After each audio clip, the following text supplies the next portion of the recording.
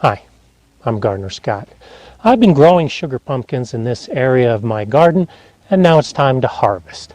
So join me as I use these sugar pumpkins and make pumpkin pie.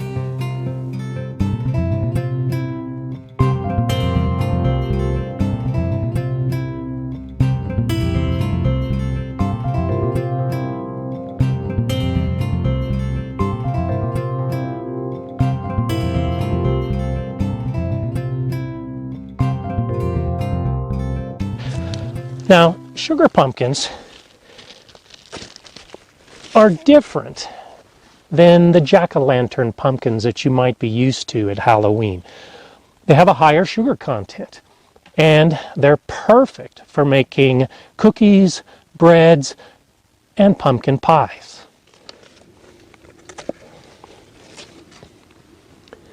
I'll finish harvesting the rest of the pumpkins, and then I'll meet you inside so you can see what I do for the next step.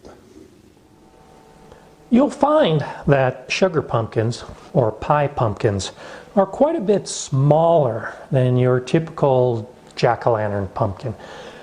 But there's a lot of flesh packed into these small packages. The flesh is denser and sweeter. You can make a pie with a jack-o'-lantern pumpkin, any kind of pumpkin. But the big difference is that those big pumpkins are stringier and the flesh is more watery. So these, the reason they're called pie pumpkins, are perfect for making pies. And for planning purposes, you should probably get a pie from each of these pumpkins. I'm using 2 pumpkins because I'm planning on getting 2 pumpkin pies. Once you have your sugar pumpkins, the first thing you want to do is wash them well. Now, I know these came from my garden and I didn't put any chemicals of any type on these pumpkins, but they were covered with dirt and potentially bug and bird droppings. So I want them to be very clean. And with your sugar pumpkins, whether you grow them or get them in the store, you should make sure they're clean as well. Why does the outside need to be clean when you're going to be eating the inside of the pumpkin? Well, because when we cut through, if the skin is dirty or contaminated in any way, and we cut through, we're just moving that contamination to the inside of the pumpkin. To make a pumpkin pie, the pumpkins actually need to be cooked first. So we'll be roasting them in the oven. And I've already preheated my oven to 375 degrees. Now, you could put these pumpkins whole into your oven and they'll cook fine. If you do that, I would recommend poking holes around the top so that the steam from inside has an opportunity to escape. I find it cooks a little more evenly and I have more control over it if I cut the pumpkins in half first. That also quickens the process. If you want to make it really fast, you can cut it into multiple pieces. You don't have to use an oven. You could actually boil the pumpkin in a big pot of water and it'll accomplish the same effect. You just need the pumpkins cooked. I think the roasting adds a little bit extra flavor, however, and that's my preferred method. How you cut your pumpkin really doesn't matter. I've seen some who like to cut off the top, get rid of the stem, and then cut the pumpkin in half vertically. I've seen others that cut horizontally and don't worry about the stem at all. I've seen others that try to cut all the way through the stem to the other side. I don't think there's that big a difference. What I find to be easiest is to put the pumpkin on its side and with a big, strong, sharp knife, cut through the middle of the pumpkin.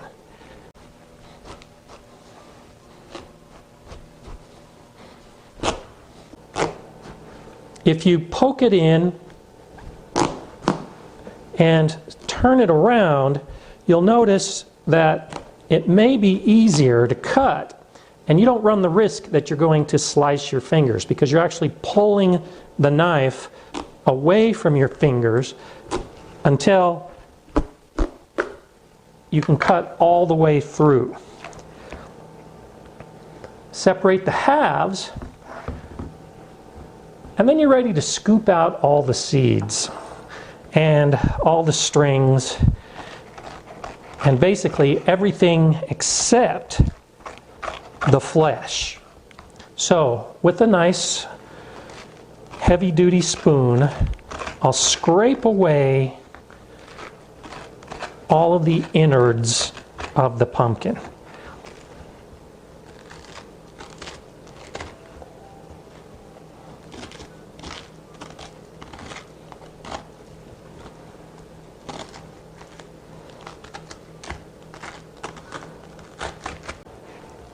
You can use your hands. I find the spoon works a little bit better to get rid of some of these strings.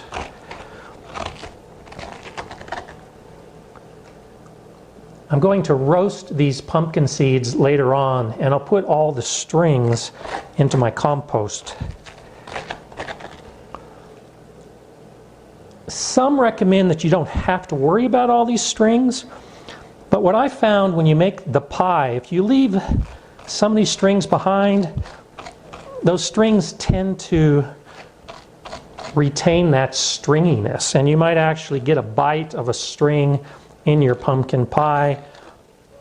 I'm not a big fan of the string, so I try to remove as much of it as I can.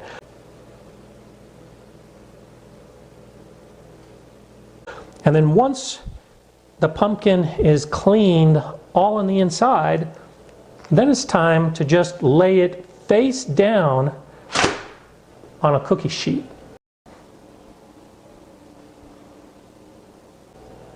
Now, my cookie sheet is lined with parchment paper.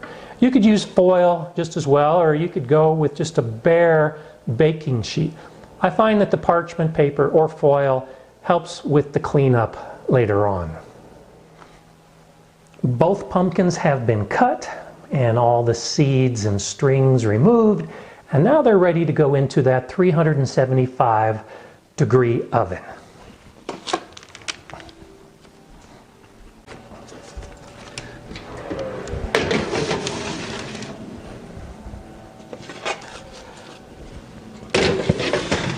We'll let these pumpkins cook for about an hour, and then we'll come back and check to see if they're done.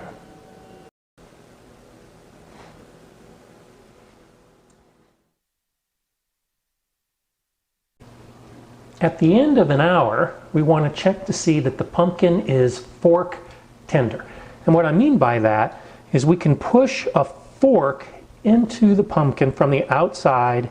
It goes in and out with no resistance.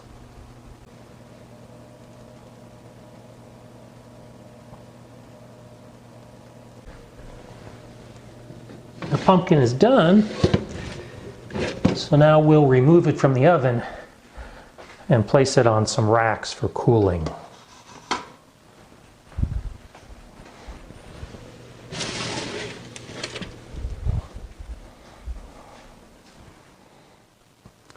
The pumpkin has been cooling for about 15 minutes. The trays are cool to the touch. I can actually put my hands on the pumpkins. They're still pretty warm. But what we do now, of course, is to scoop out all this flesh. The edges of this pumpkin half where it rested on the cookie sheet will be dark brown. And that's one reason why I prefer this method, because that dark brown adds definite flavor. And it'll be real easy to scoop out. And that's all we do at this point, is just scoop all of this delicious flesh. I'll put it into this bowl,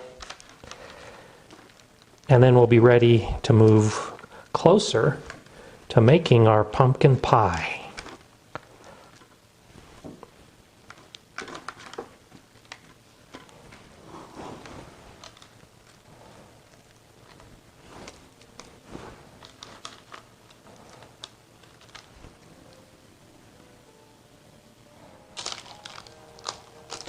So we've finished scooping out almost all of the pumpkin from these cooked pumpkin halves.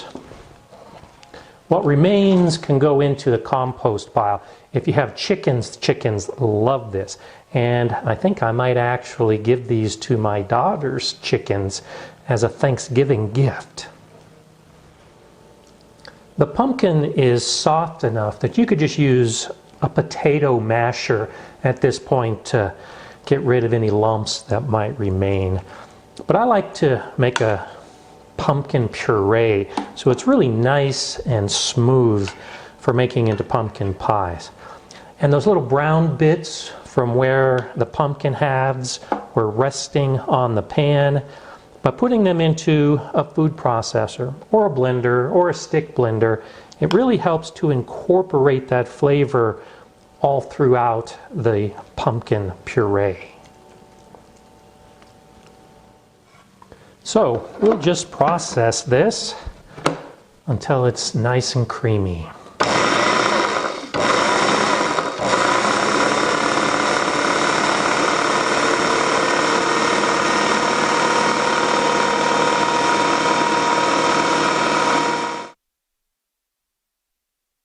When the pumpkin is completely pureed and there's no more lumps, go ahead and spoon it into a bowl.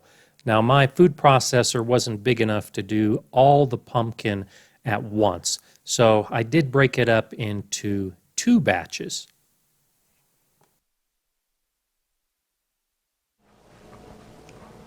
I said I was going to make 2 pumpkin pies with the 2 sugar pumpkins that I roasted. I'm actually only going to do 1 pumpkin pie today, and I'm going to save the rest of the pumpkin for another pumpkin pie next week.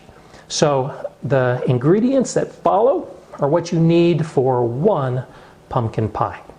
And I like to start by getting the spices all measured out ahead of time before I start mixing up the pie filling. We have half a teaspoon of salt, 1 teaspoon of ground cinnamon, about a teaspoon of fresh grated nutmeg. And I like to grate the nutmeg right before blending into the pie filling for best flavor. And I do the same with about a teaspoon of ginger.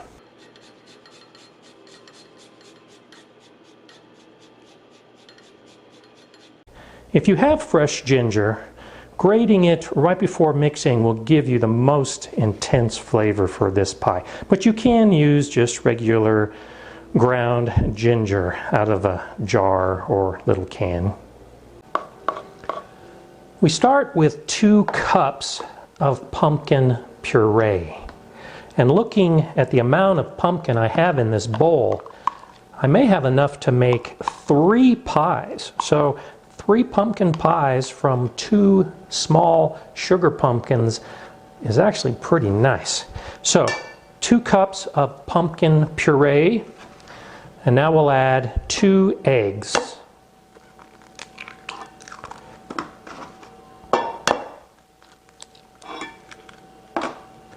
And I'll just beat the eggs slightly and stir them into this pumpkin puree.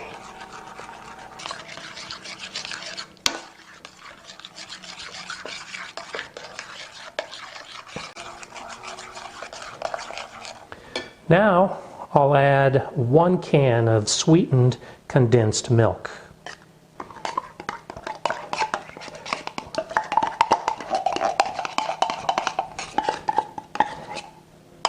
And I'll stir this in well.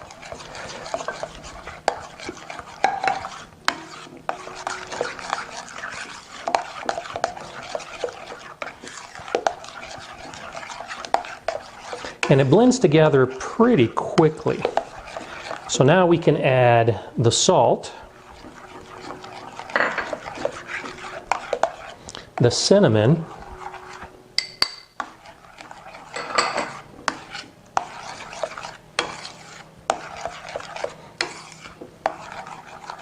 the nutmeg,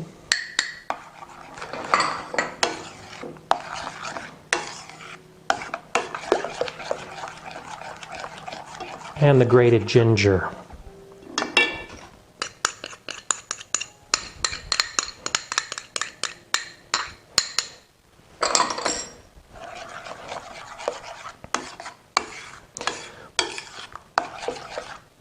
Now you can put this in a blender or use a hand mixer to blend everything. I don't really think that's necessary. I don't like to do a lot of extra dishes. And so just stirring by hand, I think, is sufficient to get everything well blended.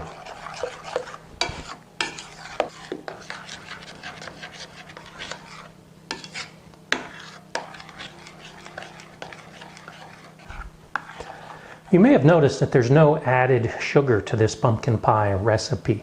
That's because the natural sweetness of the sugar pumpkins, along with the sugar that's already in the sweetened condensed milk, is all that this recipe needs. I did buy a deep dish pie crust. If you like to make your own pie crust, and I do recommend that, you have ample opportunity to do so while the pumpkin is cooking, waiting to puree. But for now, with my store-bought crust, I'm just going to pour the pie filling into the pie crust.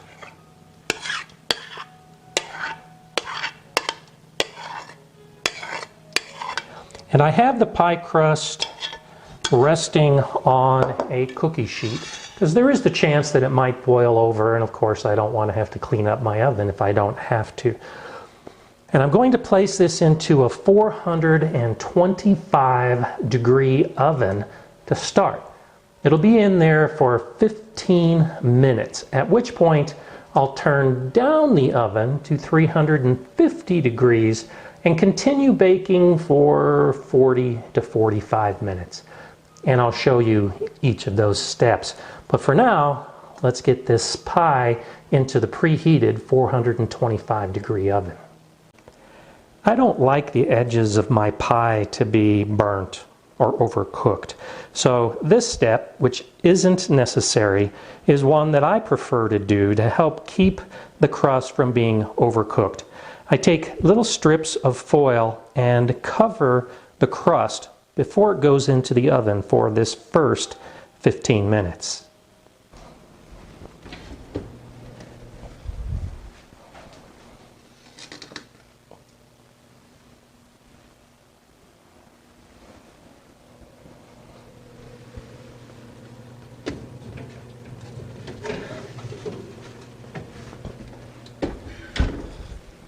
It's in the oven, so now we time for 15 minutes. I've lowered the temperature to 350 degrees, and now I'll remove the foil from the crust.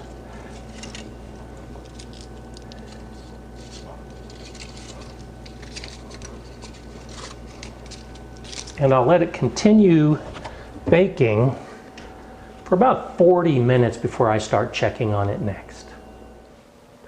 It's been 40 minutes, so let's check the pie. A knife inserted into the pie should come out nice and clean.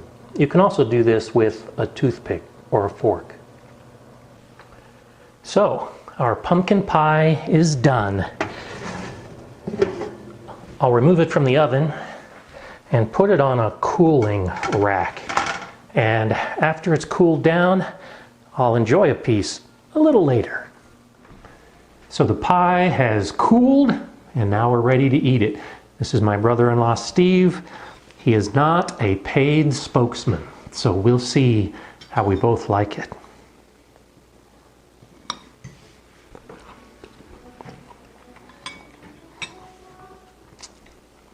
I think it's really good. Excellent. So, gets a thumbs up from me. What do you say? Thumbs up. So, we're going to stop talking and we're going to finish the pie. Much better than the pumpkin pie canned from the store. Really excellent.